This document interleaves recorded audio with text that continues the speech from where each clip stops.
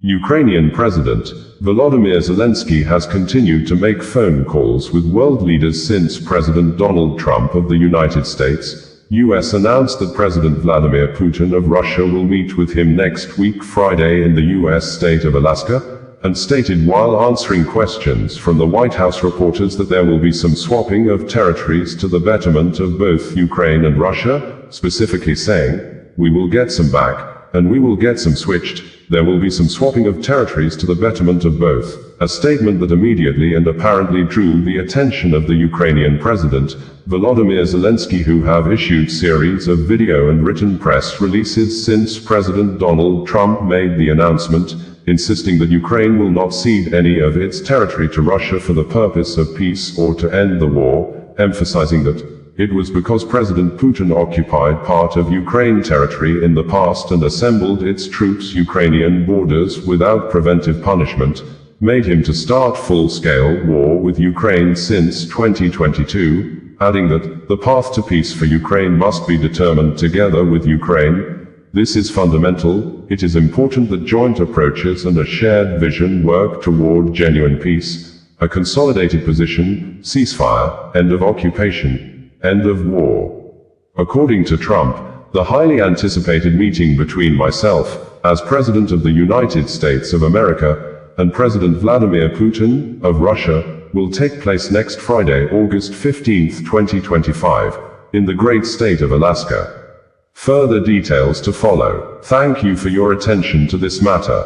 Zelenskyy, in a series of press releases on Saturday, said, "I have not heard any partners express doubts about America's ability to ensure that the war ends.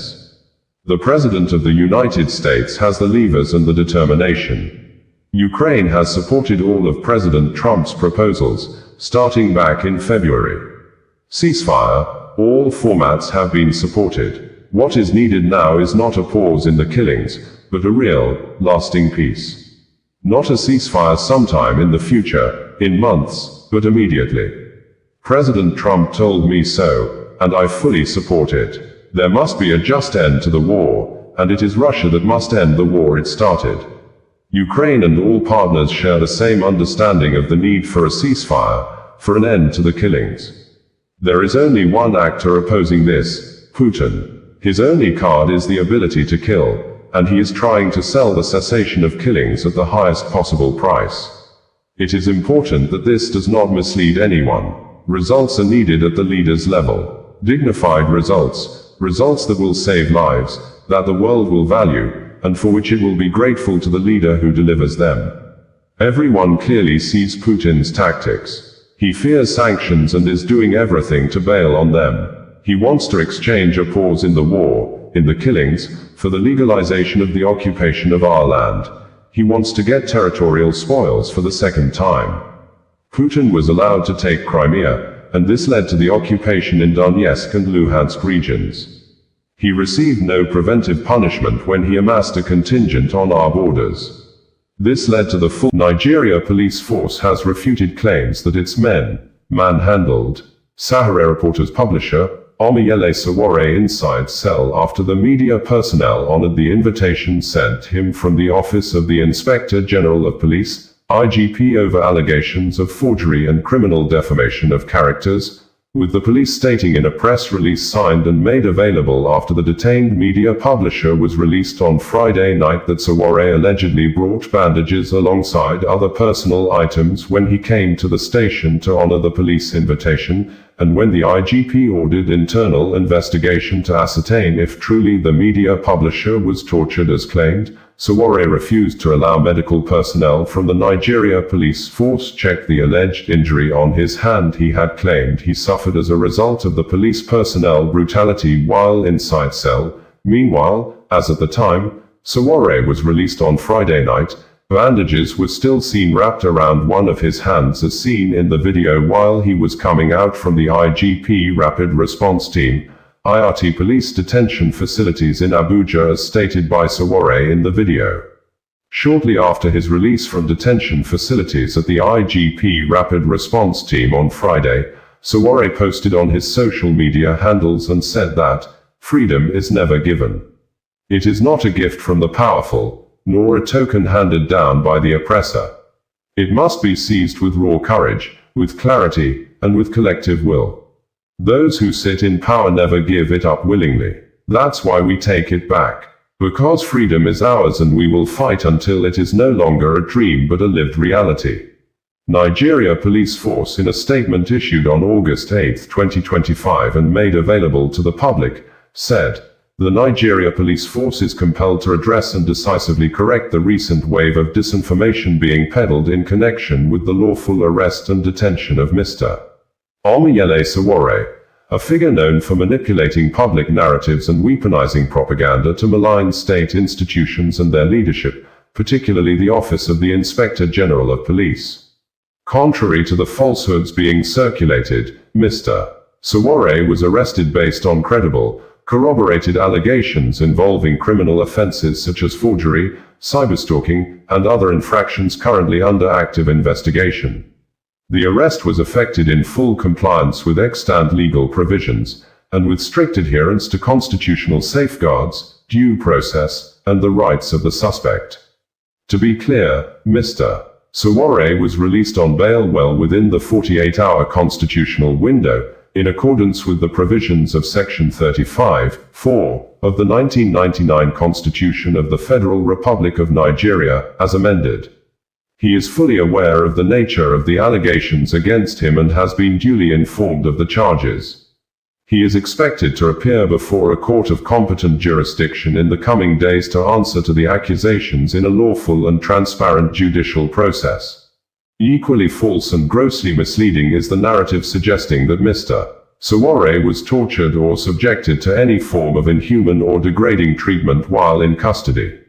The Nigeria Police Force maintains a zero-tolerance. Human rights activist and founder of Sahara Reporters News Network, Omoyele Sowore has been reportedly manhandled on Thursday early morning inside police cell by officers from the Inspector General of Police, IGP Monitoring Unit, after the journalist honored the invitation sent him from the Office of the Inspector General of Police for a reason not stated, but the media personnel working with Omoyele Sowore, in a statement on Thursday, made available through the verified personal social media handles of Sowore, said that the police presented 2 petitions against Sowore over alleged forgery and defamation of character, adding that some police officers from the IGP monitoring unit as early as 6 a.m. on Thursday entered Sowore's cell at the Force Intelligence Department in Abuja, with alleged pretense to take the media publisher to court, but when the journalist demanded to see the charges against him, he was allegedly handled roughly by a team of armed policemen.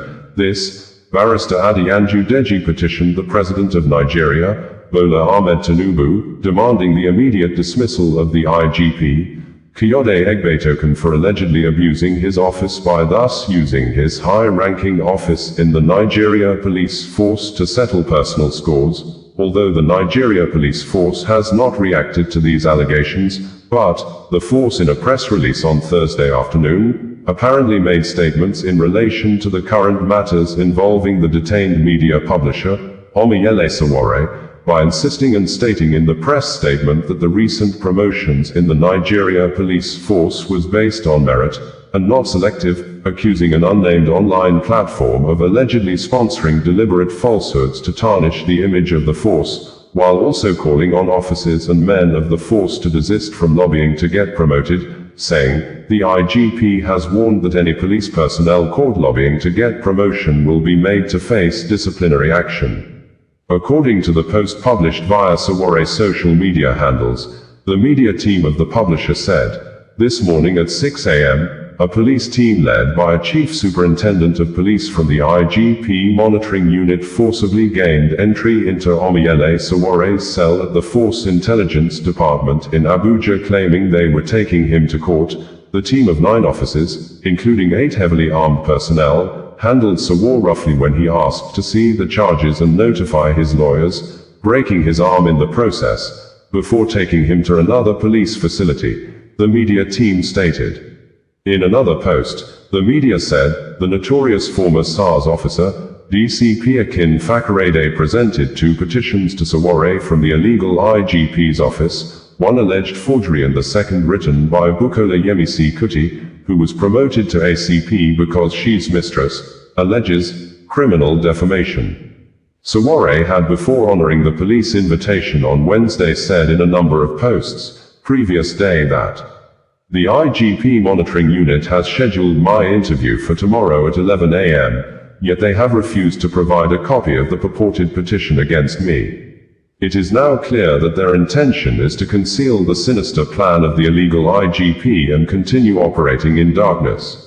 Despite this, Anambra is no doubt one of the states in Nigeria experiencing incessant and very high rates of kidnapping that in some cases do lead to the death of the abducted victims and killing of security operatives and some other persons around the scene of the mostly monetary crimes of hostage-taking for a ransom. Specifically, our crime reporters gathered that there is hardly no week without 1 or 2 persons being kidnapped along the Onitsha-Owerri Federal Road in Anambra State, especially between Oba community and Ihiala town, as we gathered that most victims of kidnapping in the state are hard-working small and medium-sized business owners who most of whom struggled out of poverty to become wealthy successful traders. This, we learnt, there may be no wealthy successful business owner along the Ihiala-Olu road left to be kidnapped or forced to pay ransom to the kidnappers, while in Oba, wealthy people are being kidnapped quietly and ransom in millions are paid in silence to the kidnappers. According to members of the community, a young successful businessman was kidnapped recently at a location between the Oba New Road and Old Road junctions shortly after he visited his building construction site,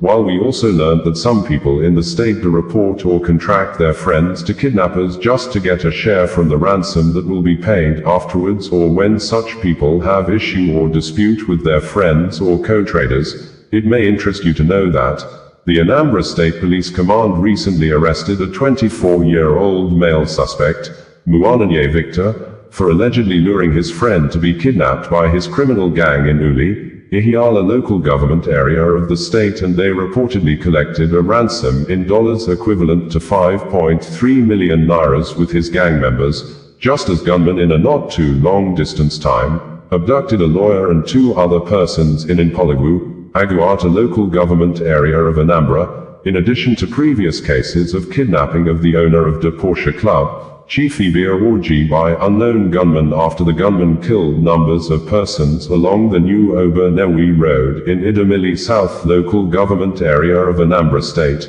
with the number of those killed at the Porsche nightclub said to be 7, but one of the security operatives was beheaded, and another had his foot cut off and made away with by the invading deadly kidnappers. This occurred shortly after a well-known native doctor or witch doctor, Chidozie Nwangu aka Akwa Okoko Tiwaraki, was kidnapped, after his 2 personal aides killed in the vicinity of his hotel at Oba community before the kidnappers effortlessly took him away and was released after ransom in millions were reportedly paid.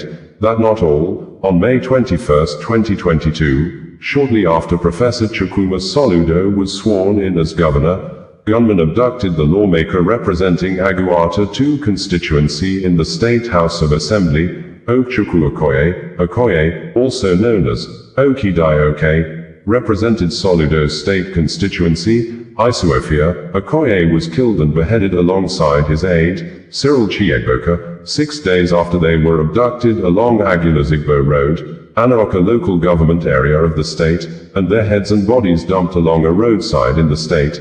And in December 2024, another lawmaker in the State House of Assembly was killed. Ghana Minister of Defense, Edward Omain Boma, alongside 7 other top government officials and military personnel, have been confirmed dead, after Ghana Armed Forces in a statement on Wednesday had declared the Z-9 military helicopter missing, stating, "The helicopter traveling from the nation capital in Accra to Obuasi in Ashanti region went off from radar at 9:12 a.m. with 3 crew members and 5 passengers on board." Others killed in the helicopter crash, as confirmed by the Office of the President of Ghana, include Dr. Alhaji Murtala Muhammad, MP for Tamale Central, Minister for Environment, Science and Technology, Alhaji Munaru Muhammad, Acting Deputy National Security Coordinator, Dr. Samuel Sarpong, Vice Chairman of the NDC, Samuel Aboagye, former parliamentary candidate, squadron leader Peter Bafemi Anala, flying officer Chouamampadou, and Sergeant Ernest Ado Mensah. It was gathered that the military helicopter went down at Adansi Akrofum in the Ashanti region on Wednesday, for yet to be stated cause of the incident, as video footage showed the burnt beyond recognition bodies of those on board the aircraft. The aircraft was from Accra and heading for Abauzi and is currently off the radar. All efforts are being made to establish contact, the Ghana Armed Forces had stated in a statement earlier on Wednesday.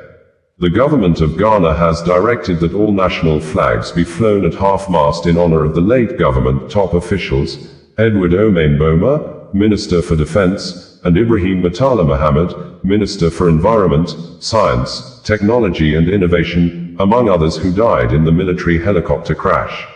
According to local media, the fatal incident occurred on Wednesday, August 6, in the Adansi Akrofum district of the Ashanti region, while the two ministers, along with 6 others, were en route to Obuasi for official duties.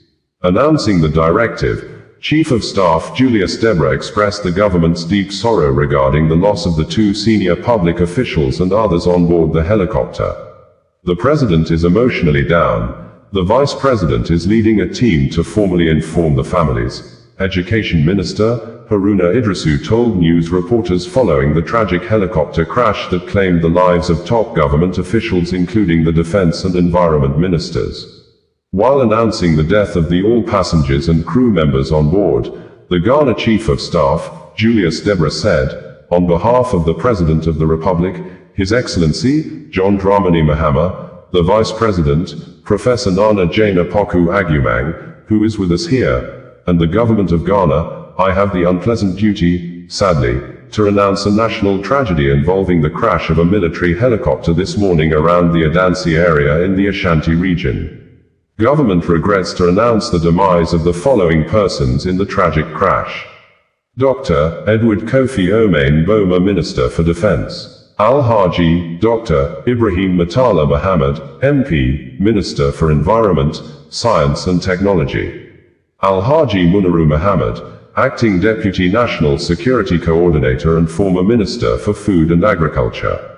Dr. Samuel Sarpong, Vice Chairman of the National Democratic Anambra State Government under the leadership of Governor Charles Chukwuma Soludo, has said that the state is currently in search of justice over the killing of a young and creative fish farmer, Martin Zafesinachi Onyekesi, well known by his business name as Fish Magnet, who was reportedly shot on the leg while being kidnapped on Sunday the 27th of July 2025, at his residence in Ezinifite village, Okpuno in Awka, the Anambra state capital. This, Dr. George Moghalu, the Labour Party candidate in the forthcoming governorship election in the state, said that Anambra state is no longer safe, adding that people are being killed, slaughtered for their families to bury in silence, while the state governor, Professor Charles Chukwuma Soludo, looks the other way, with no sympathy, condolence visit or statement. Specifically, Moghalu said, I must speak frankly, Anambra is no longer safe, not even in the state capital. Our people are being slaughtered, kidnapped, and buried in silence while the government looks the other way. This is not leadership, it is abandonment. Just recently, we lost over 10 lives in a ghastly accident at Amici, Noe South local government area, yet there was no statement, no condolence, not even a visit from the state government. Instead, we see street renamings and political endorsement rallies. Where is our conscience? Moghalu stated, while the former lawyer to Nnamdi Kanu, the detained Biafra agitation leader, Barrister Afeni Ejiofor, said the people of the state are currently romancing with crimes, hiding criminals, and painting absurd narratives on social media to glorify and justify the rising crimes in the state, saying, the most frightening part, the reckless energy our own people expend defending these killers. When you shield murderers because they are your kinsmen, you embolden them. When you justify kidnappings under the guise of ethnic pride, you leave the gates wide open for the real external aggressors, like armed herdsmen, whose invasion will come when we are weakest and most divided. Anambra State Commissioner for Information, Lawmaker made the government position known on Sunday after he led other government officials on a condolence visit to the bereaved mother of the victim, who happened to be the woman leader of the Anambra State All Progressives Grand Alliance, APGA, Mrs. Esther Onyekesi. According to Punch newspaper, Onyekere, a son of the woman leader of the Anambra State All Progressives Grand Alliance, was abducted by gunmen at his residence in Ezinaphi community, Okuno, Awka South local government area of Anambra State, in a late-night attack on Saturday, July 26, and was subsequently killed. In a press statement released on Sunday, the State Commissioner for Information, Lawmaker, sympathized with the deceased's family, assuring them that the state government is in search of justice while sustaining and strengthening security in the state. Mefa, who maintained that such a development is an affront to the Professor Chukwuma Soludo government's new security architecture, also expressed delight that the police are on the heels of the perpetrators. The commissioner was quoted as having stated this when he paid a condolence visit to the woman leader of the Anambra State APGA, Esther Onyekesi, according to the statement. The statement read in part, the Anambra State Commissioner bringing you the news in a more digital way.